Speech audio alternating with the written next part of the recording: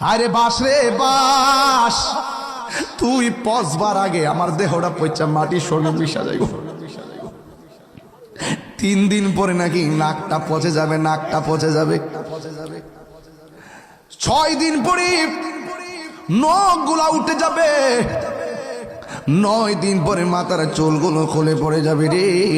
এরপরে চোখের মধ্যে অ্যাটাক করবে, পেটটা ফুলে ফেটে যাবে। বাঁশের জারের দিকে তাকায়া ভিতরটা নাড়া মারছে।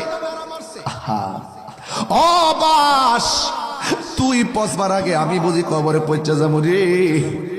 তোর দিয়ে আল্লাহ বড় মজবুত করে বানাইছে, আমি কেন পৌঁছে যাবো রে। এই কবর বড় সাংঘাতিক। এই কবরে যারা গেছে এরা জানে কবরটা কতদিনে কত মার যাইতেছে। ওই কবরটা বড় সাংঘাতিক জায়গা।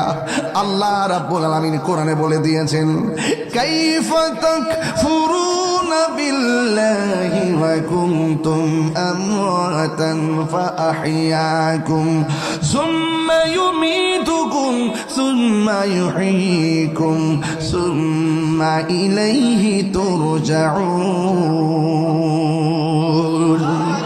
আল্লাহ রাব্বুল আলামিন কয়, ও পৃথিবীর মানুষ, তোমরা কেমন করে আমি আল্লাহকে অস্বীকার করছো? তুমি ছিলা মুর্দা, আমি আল্লাহ তোমার মুর্দা দেহের ভিতরে আমি জীবন দিয়েছি। জীবন দেওয়ার পরে তুমি অনেক কিছুর মালিক হয়েছো।